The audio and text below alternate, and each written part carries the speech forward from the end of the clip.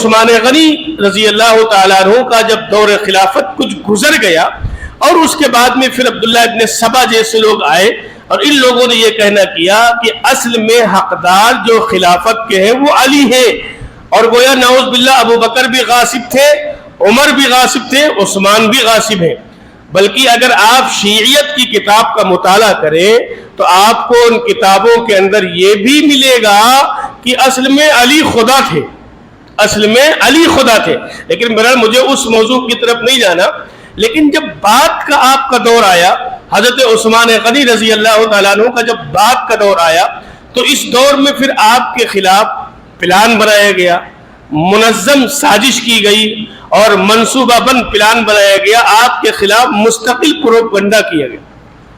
اب صحابہ کرام چونکہ ذی الحجہ کا مہینہ تھا تو مدینہ منورہ میں بہت تھوڑے صحابہ تھے، جو کچھ تھے وہ حج پہ آئے ہوئے تھے، مکہ مکرمہ میں تھے، کچھ محاذ پر اسلامی فوج میں جنگ کر رہے تھے، کچھ الگ، کچھ دمشق میں تھے، کچھ کہیں صحابہ تھے۔ تو جو لوگ مدینہ منورہ کے اندر موجود تھے ان حضرات نے حضرت عثمان غنی رضی اللہ تعالیٰ عنہ سے کہا کہ اگر آپ اجازت دیں تو ان سے مقابلہ کیا جائے، اگر آپ کہیں سے ان سے لڑا جائے۔ حضرت امیر معاویہ کا خط آ رہا ہے کہ امیر المومنین آپ اجازت دیں تو ان سے ہم مقابلہ کریں۔ عبداللہ ابن زبیر اور دیگر لوگ کہہ رہے ہیں، طلحہ وغیرہ، کہ اگر آپ اجازت دیں تو ہم ان سے مقابلہ کریں۔ حضرت عثمان غنی رضی اللہ تعالیٰ عنہ خاموش، چونکہ حضور علیہ السلام نے سیدنا عثمان غنی رضی اللہ تعالیٰ عنہ سے یہ فرمایا تھا کہ تم کو ایک لباس پہنایا جائے گا، اس کو مت اتارنا۔ اس لباس سے کیا مراد تھا؟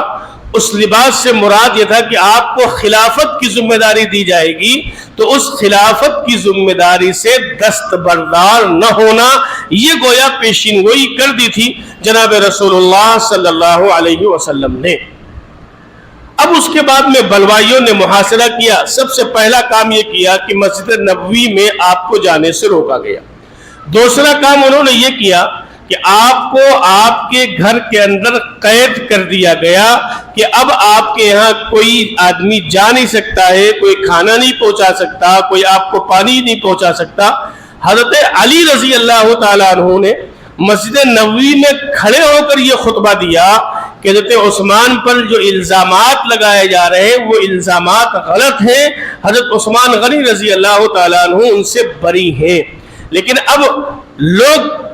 اس بات کی خواہش کر رہے ہیں، اس بات کا تقاضا کر رہے ہیں سیدنا عثمان غنی رضی اللہ تعالیٰ عنہ سے کہ آپ اجازت دیں۔ معاملہ کیا ہے؟ جب امیر المؤمنین موجود ہیں تو امیر المؤمنین کی اجازت کے بغیر جہاد نہیں ہو سکتا، امیر المؤمنین کی اجازت کے بغیر مقابلہ نہیں ہو سکتا۔ سیدنا عثمان غنی رضی اللہ تعالیٰ عنہ کیا کہتے تھے؟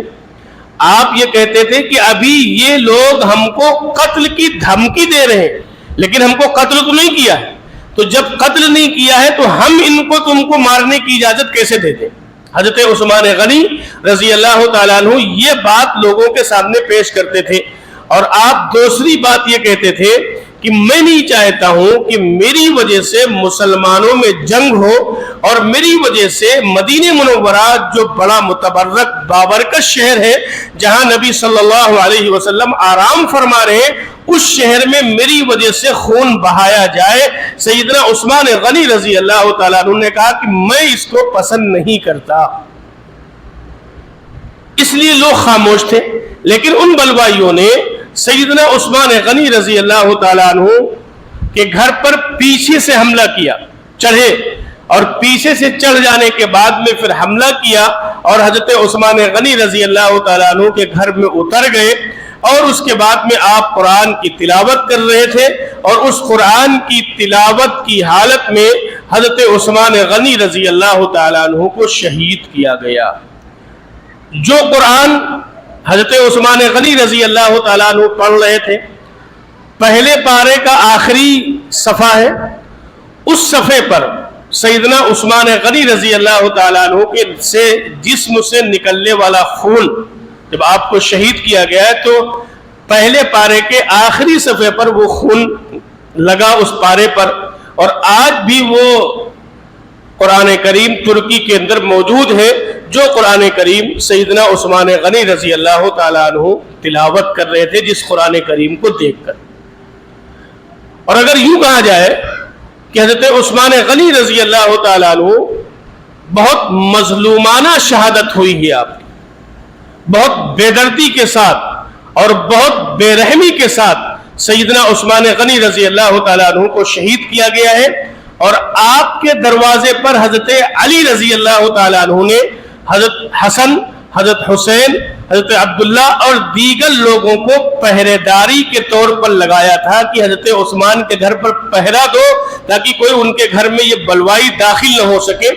تو اگر میں یہ بات کہوں اس سے بڑھ کر کہ اگر شہادت حضرت حسین نے سیکھی ہے تو وہ حضرت عثمان سے سیکھی